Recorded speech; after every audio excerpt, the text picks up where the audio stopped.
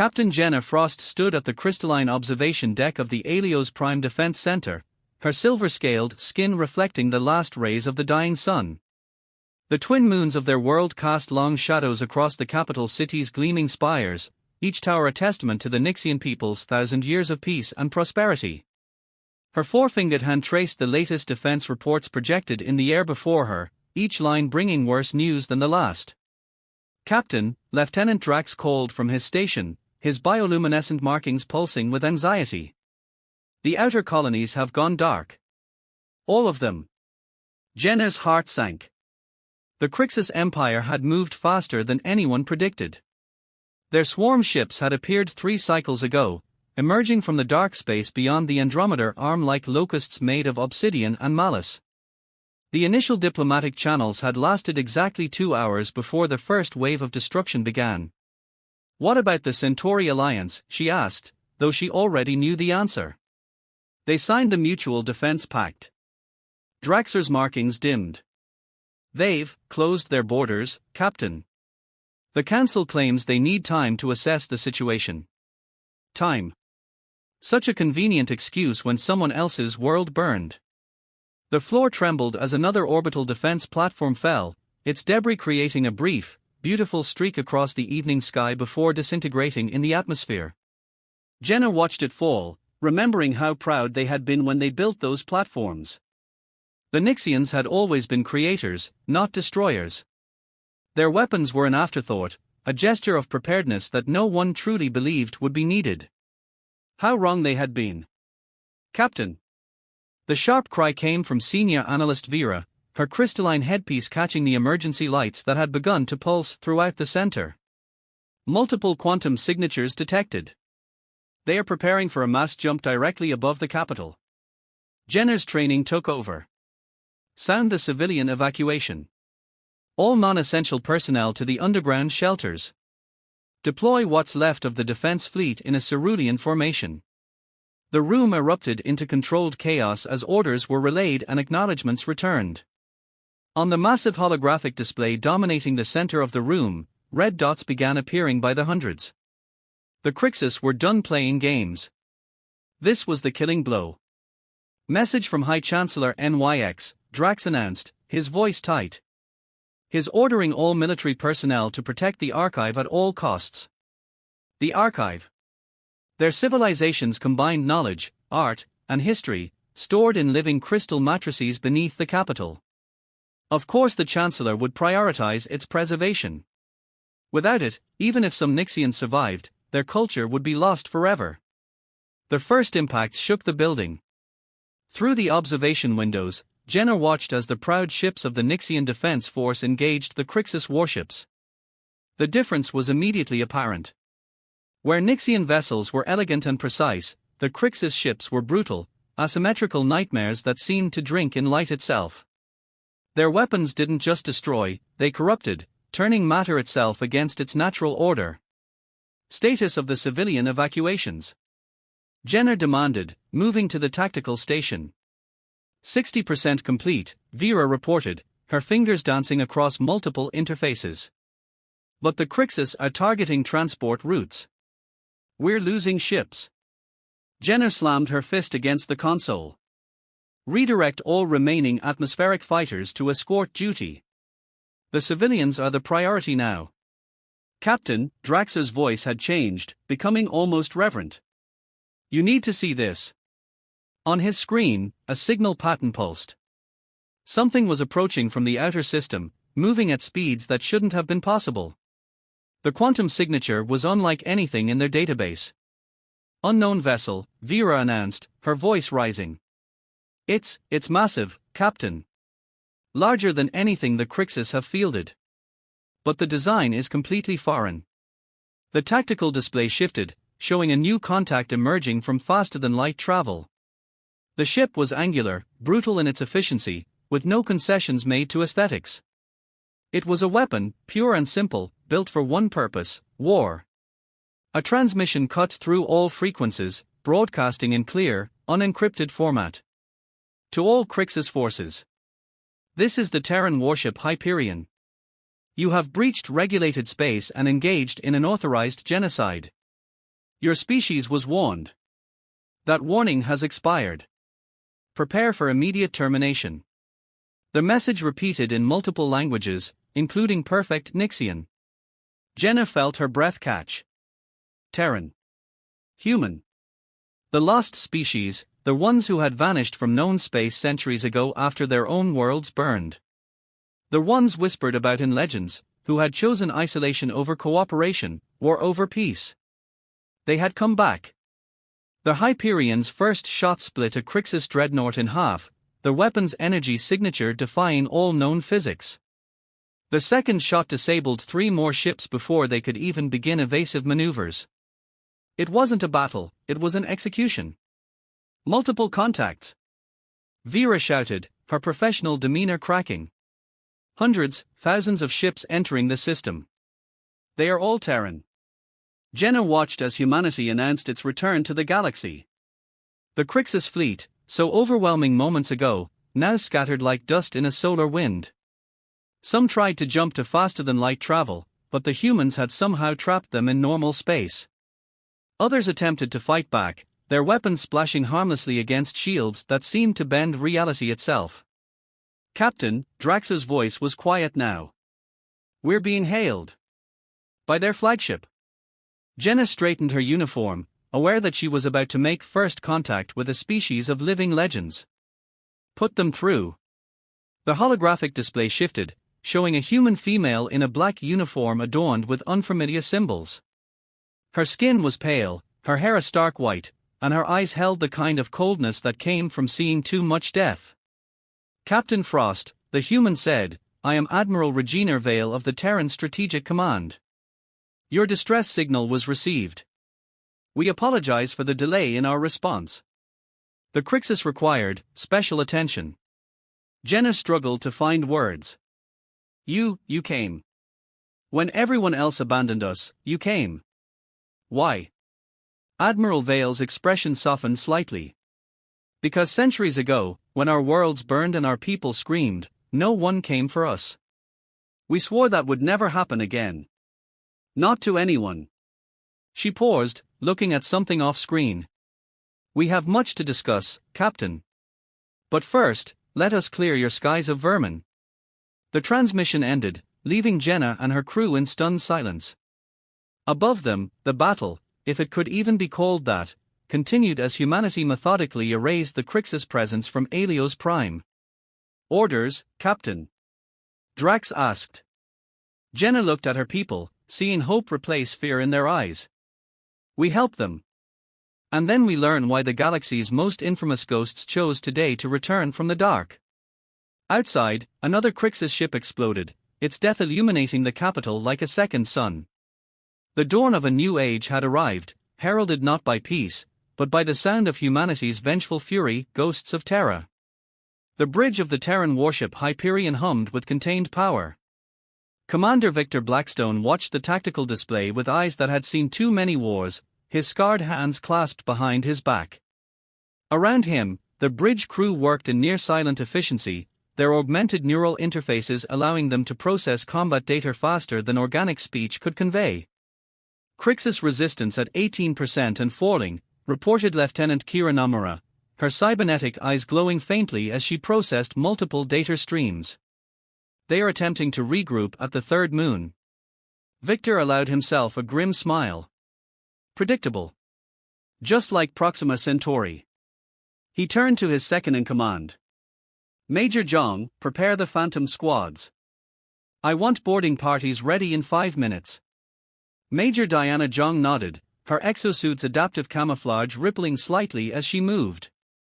Already done, sir.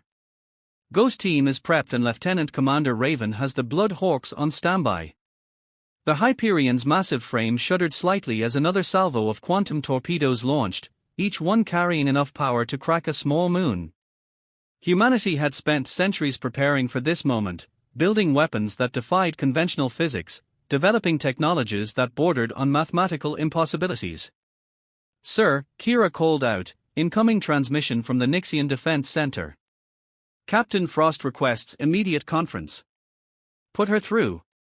Victor straightened as the holographic image of the Nixian captain materialized on the bridge. Her silver-scaled skin showed signs of recent combat, but her posture remained proud. "Commander Blackstone," Frost began, "we've detected unusual energy signatures from the Crixus fleet. They're attempting something we've never seen before." Victor's expression darkened. "Quantum void technology. They tried it at Proxima 2. Lieutenant Nomura, share the tactical data with the Nixian command." Streams of information flowed between the two ships, showing the desperate measures the Crixus were preparing to employ. They were attempting to tear open a hole in reality itself, to pull through reinforcements from another dimension where their empire had never known defeat. "By the first light," Frost whispered, studying the data. "This would destroy half our system." "It would do worse than that," Victor corrected. "It would infect your reality with their corruption. We've seen it before. That's why we're here." He turned to Major Jong. "Launch the Phantom squads. Priority Alpha Protocol." Across the Hyperion's vast hull, launch bays opened silently. The Phantom squads emerged like shadows given form, their ships barely visible even to advanced sensors. Each soldier wore fourth-generation combat suits that made them nearly invincible by conventional standards.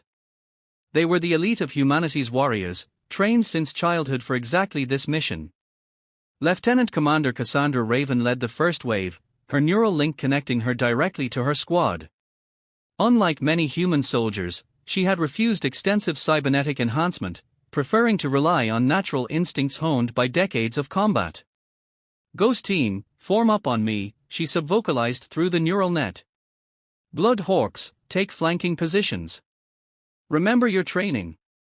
These bastards don't die easy."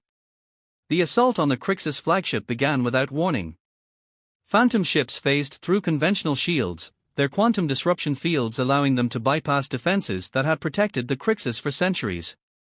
The first the enemy knew of the attack was when human warriors materialized inside their command centers, weapons already firing.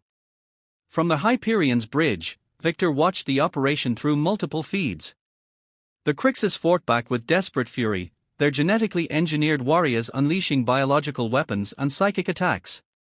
But humanity had learned from their past encounters.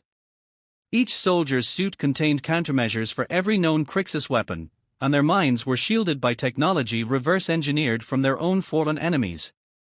"Commander," Captain Frost's voice cut through the tactical chatter, "our long-range sensors detect more Crixus ships approaching from the outer system. At least 3 battle groups." Victor nodded. "As expected. Admiral Vale's fleet is already moving to intercept." "Captain, I need your people to coordinate with our ground forces. The real battle isn't in space, it's on your planet's surface." The tactical display shifted, showing the massive Crixus ground forces that had already landed on Helios Prime.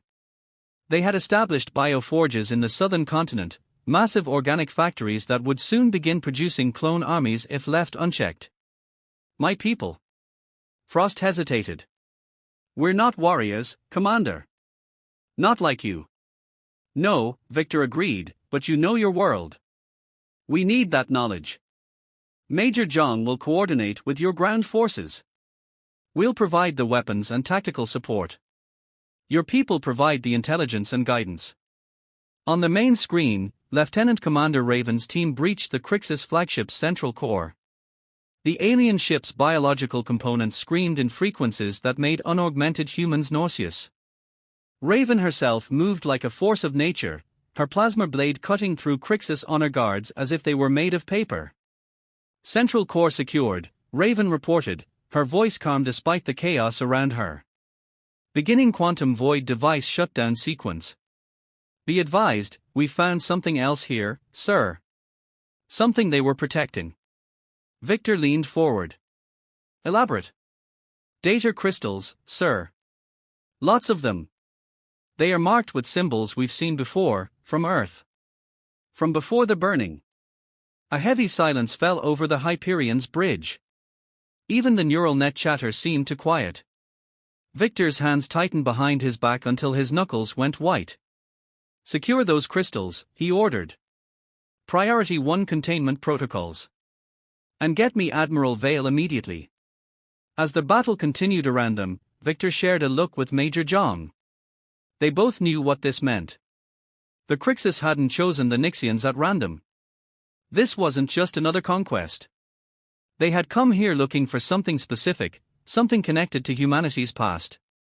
Sir, Kira reported suddenly, the Crixus ground forces are moving. All of them. They are converging on the Nixian archive. Victor turned back to Captain Frost's hologram.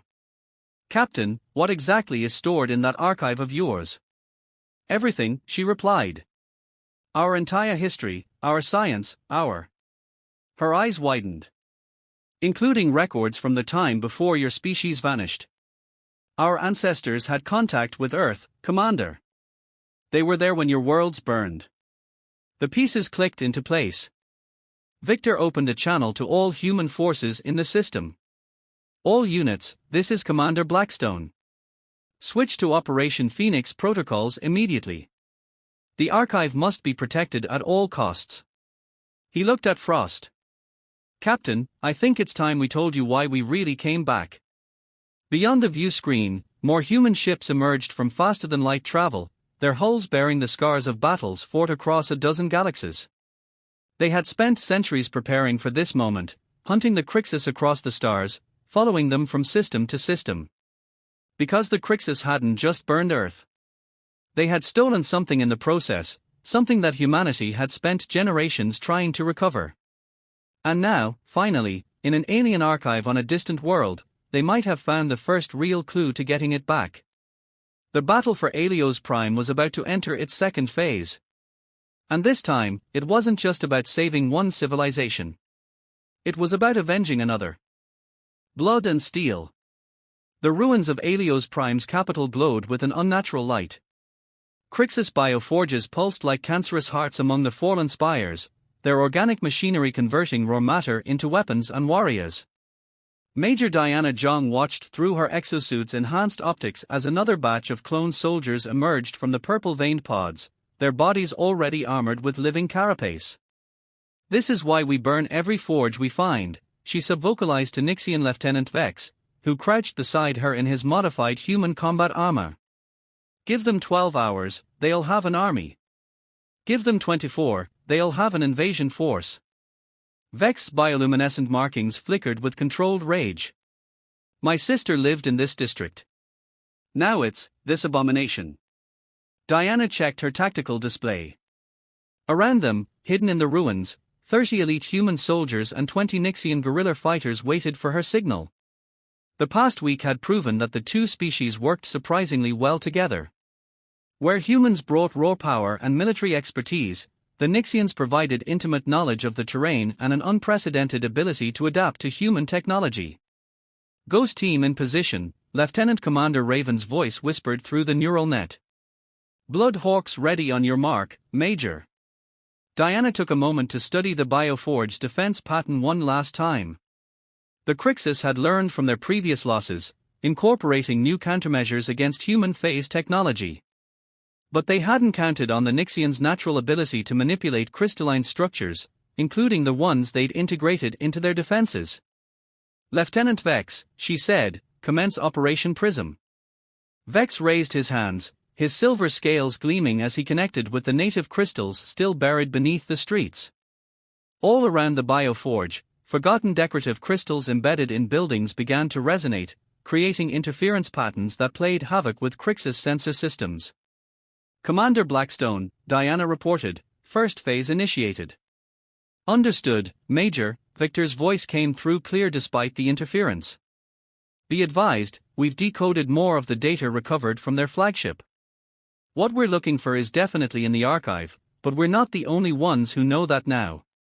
Admiral Vale reports multiple Crixus heavy cruisers on an intercept course. You have 4 hours before this gets complicated. Diana signaled her teams. That's all we need. Jong out. She turned to Vex. Time to introduce them to some human ingenuity. Ghost team, deploy Chimera devices. Throughout the ruins, cloaked human operators activated small quantum devices that began to alter local reality. The air itself seemed to thicken as multiple dimensional barriers overlapped. It was technology stolen from the Crixus themselves, refined and weaponized by human scientists who had spent centuries preparing for this war. The first explosion took out the forge's outer defenses. The second collapsed its biological shields. The third opened a hole in spacetime itself, allowing Ghost Team to simply step through reality into the facility's heart. The Crixus never had a chance to raise the alarm. Lieutenant Commander Raven led the assault personally, her unaugmented combat style a deadly dance among the facility's organic corridors. Behind her, human and Nixian warriors moved with practiced coordination, securing key points and eliminating resistance with brutal efficiency. "Major," Raven called out, "we've found something." Something they were trying to hide. Diana and Vex fought their way to Raven's position. In a secured chamber deep within the forge, they found rows of stasis pods, each containing a Nixian civilian. But these weren't prisoners, they were test subjects. The Crixus had been experimenting on them, trying to unlock something hidden in their genetic code. By the first light, Vex whispered, his markings pulsing with horror. "What are they doing to my people?" Diana studied the medical data scrolling across her HUD. "They are looking for something specific. Something in your species' crystalline biology." She opened a channel to the Hyperion. "Commander, are you seeing this?" "We are," Victor replied, his voice tight. "This confirms our theories. The Nixians weren't just witnesses to Earth's fall, they were part of why the Crixus attacked us in the first place. Their biological ability to interface with crystalline technology, it's the key to something bigger." A sudden tremor shook the facility. Above them, the sky lit up with new energy signatures as the predicted Crixus reinforcements arrived in orbit. The space battle resumed with renewed intensity, human and Crixus ships exchanging fire that bent the laws of physics. "Major," Victor continued, "new priority. Get to the archive. Now. Admiral Vale is engaging the enemy fleet, but some ships will get through. We need whatever's hidden in those records before they do." Diana turned to her mixed force of humans and Nixians. "You heard the commander. Blue Team, secure these civilians for immediate evacuation. Everyone else, we're moving to the archive. Lieutenant Vex, lead the way." They emerged from the bioforge into chaos. The Crixus ground forces had detected their operation and were converging on their position. Above them, drop pods containing fresh enemy troops punched through the atmosphere like falling stars. "They are desperate," Raven observed, her plasma blade humming to life. "They know we're close to something." Diana nodded. "Then let's show them why they were right to fear humanity's return." She switched to the general combat frequency. "All units, execute Battle Plan Omega. No containment protocols. Weapons free." What followed would be remembered in Nixian legends for generations. Human warriors unleashed the full power of their advanced technology, while Nixian fighters used their crystalline abilities to turn the very ground against the invaders. Together, they carved a path through the Crixus forces, each species complementing the other's strengths. They were halfway to the archive when Diana's tactical systems detected a new threat. Something massive was burning through the atmosphere, its energy signature unlike anything in their database. "Commander," she reported, "we have an unknown contact incoming. Too big to be a normal ship." Victor's response was immediate. "Major, get your people under cover. Now." The thing that descended from the clouds defied description. It was like a living mountain of twisted metal and organic matter, its surface crawling with weapons that shouldn't have been possible. At its center, a familiar figure stood in ceremonial armor, the Crixus High Commander himself. "So," his psychic voice boomed across the battlefield, "the children of Earth have finally returned. Did you really think we wouldn't be ready for you?" Diana watched as the monstrosity landed, crushing entire city blocks beneath its bulk. This wasn't just a weapon, it was a statement. The Crixus were done playing games. "Major," Victor's voice was calm despite the situation, "that thing is putting out quantum signatures similar to what we found on Earth. It's powered by what they stole from us." Diana looked at her mixed force of human and Nixian warriors, seeing the same determination in all their eyes. Then we take it back. She opened her command channel. All units, form up on me. Lieutenant Vex, contact your people in the archive. Tell them to prepare for immediate data transfer. The true battle for Helios Prime was about to begin. And this time, it wasn't just about victory or defeat. It was about reclaiming a legacy that had been lost in fire and darkness centuries ago, the price of tomorrow. Lieutenant Commander Cassandra Raven had seen her share of horrors during humanity's secret war across the stars, but the monstrosity before her defied comprehension. The Crixus High Commander's living fortress towered above Helios Prime's ruined capital, its biomechanical surface writhing with weapons that drew power from something deep within, something that resonated with a frequency all humans recognized. They built it with the core, she subvocalized through her neural link. The quantum heart they stole from Earth. Confirmed, Commander Blackstone's voice was tight with controlled rage. The energy signature matches what we lost in the Great Burning. But there's more, Raven. The data we recovered from the archive, it's worse than we thought. Around her, Ghost Team and the surviving Nixian Special Forces took cover in the crystalline ruins. Major Jong's tactical overlay showed the fortress's defensive patterns, layers of quantum fields, biological weapons, and physics-defying barriers that made a direct assault impossible. The Nixians didn't just witness Earth's fall, Victor continued. They tried to prevent it. Their ancestors developed a technology, a way to store consciousness itself in crystalline matrices. They offered it to us as a way to save our people, but before we could implement it. The Crixus attacked, Raven finished. They wanted the technology for themselves. Above them, the fortress's organic weapons fired into orbit, where Admiral Vale's fleet engaged the Crixus reinforcements. Each shot bent space itself, turning vacuum into a weapon. Several human ships fell, their advanced shields useless against weapons powered by their own stolen technology. Commander, Major Jong's voice cut in, we've found a weakness. Lieutenant Vex's team analyzed the fortress's quantum signature. The core isn't just powering it, it's unstable. They never fully understood the technology they stole. Lieutenant Vex stepped forward, his combat armor's crystalline components glowing with internal light. My people's records confirm it. The consciousness transfer technology requires a specific crystalline resonance. The Crixus tried to replicate it artificially, but they couldn't achieve harmony. They've been hunting us, experimenting on us, trying to unlock our biological ability to interface with the crystals. Raven watched as another human ship exploded in orbit, its death illuminating the battlefield like a second sun. Time was running out. What's the plan? She asked. A insertion mission, Victor replied. Small team, minimal quantum signature.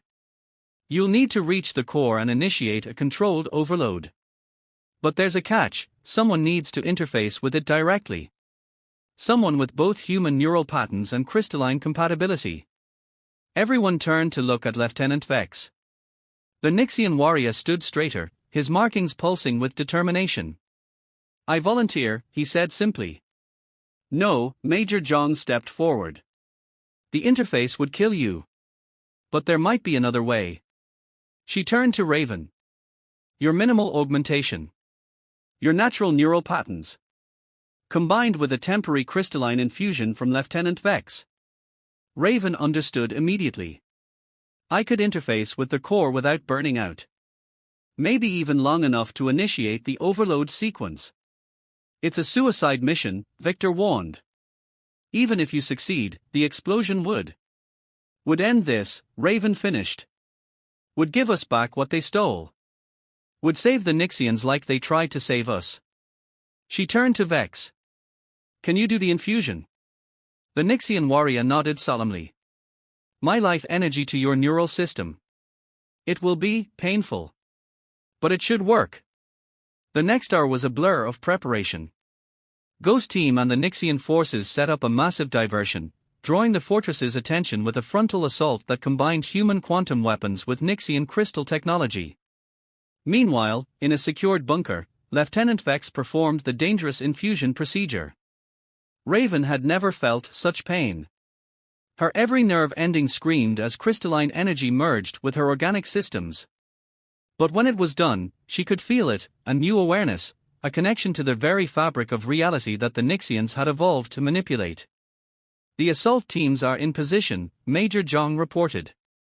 Admiral Vale has committed the last of our fleet reserves to keep their reinforcements busy. It's now or never. Raven checked her weapons one last time.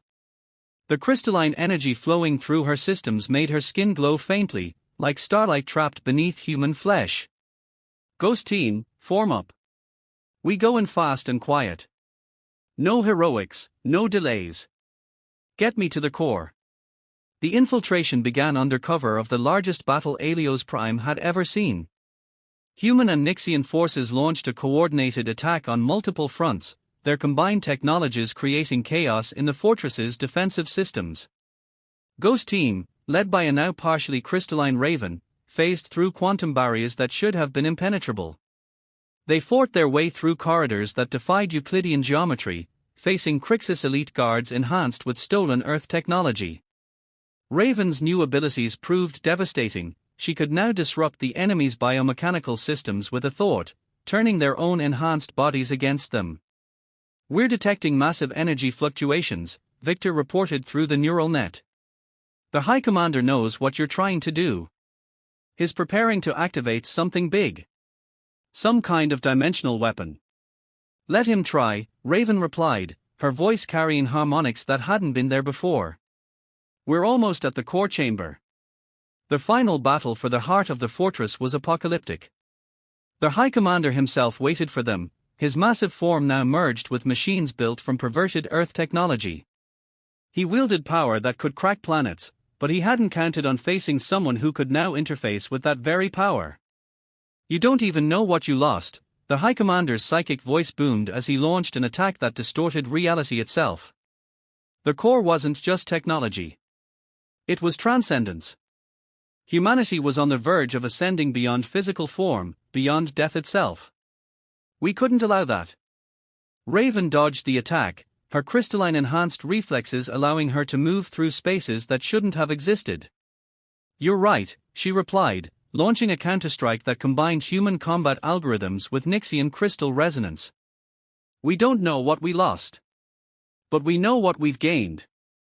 The battle reached its climax as Raven finally fought her way to the core itself, a swirling vortex of quantum energy contained within a crystalline matrix.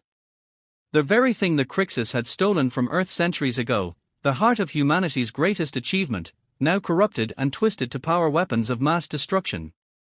Commander, she called out, her voice strained as the crystalline energy in her system began to overload. I'm at the core. Beginning interface. Raven, Victor's voice was soft. There's something else you should know. The archive data, the consciousness transfer technology, it worked. There are backups. Billions of human minds, stored safely in Nixian crystal vaults. Our ancestors didn't all die in the burning. They are just waiting to wake up. Raven placed her hands on the core, feeling its power surge through her enhanced nervous system. Then I better make this count. For both our species.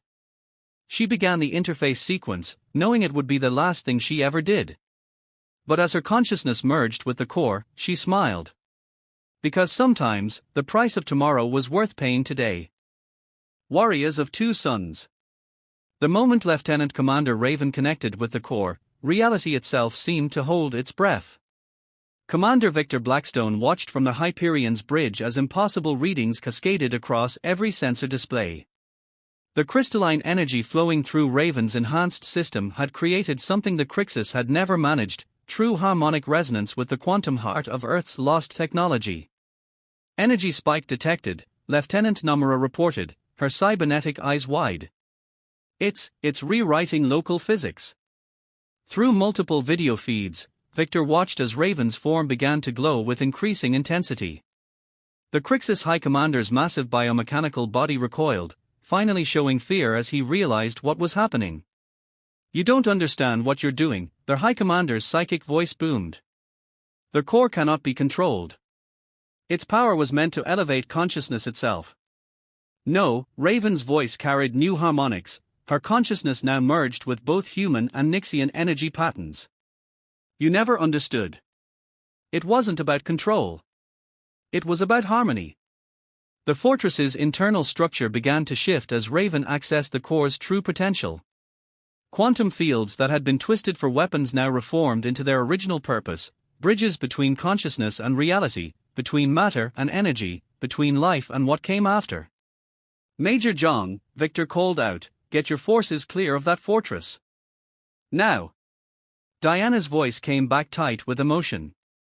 "Negative, sir. We're not leaving her. That's an order, Major." Lieutenant Commander Raven knew the cost. Don't waste her sacrifice. In orbit, Admiral Vale's fleet engaged in a desperate holding action against the remaining Crixus ships. The enemy's weapons, powered by corrupted Earth technology, tore through space with reality-bending force. But now something was changing. Their energy signatures were fluctuating, weakening as Raven's connection to the core grew stronger. "Commander," Captain Frost's voice cut through the chaos, "our sensors detect massive crystalline activity throughout the planet. Every natural formation is responding to the core's resonance." Victor nodded grimly. "Just as the archive predicted. Your ancestors built this world's crystal networks as a backup system, didn't they? In case Earth's technology was ever recovered." "Yes," Frost replied softly. "We never knew why. The knowledge was lost, preserved only in legends about the day humanity vanished." Inside the fortress, Raven stood at the heart of a growing storm of quantum energy. Her consciousness expanded beyond physical limits, touching the vast crystalline networks that the ancient Nixians had created. And within those networks, she found them, billions of stored human minds, preserved in living crystal, waiting for the day their children would return to wake them. "Commander," she transmitted, her voice now carrying echoes of countless others, "the core is ready. Initiating final sequence." "Raven." Victor started. "It's okay, sir. I understand now. This was always the plan. Not revenge. Not destruction. Restoration." The Crixus High Commander launched a desperate final attack, bringing all his twisted biomechanical power to bear. But Raven was no longer just one consciousness.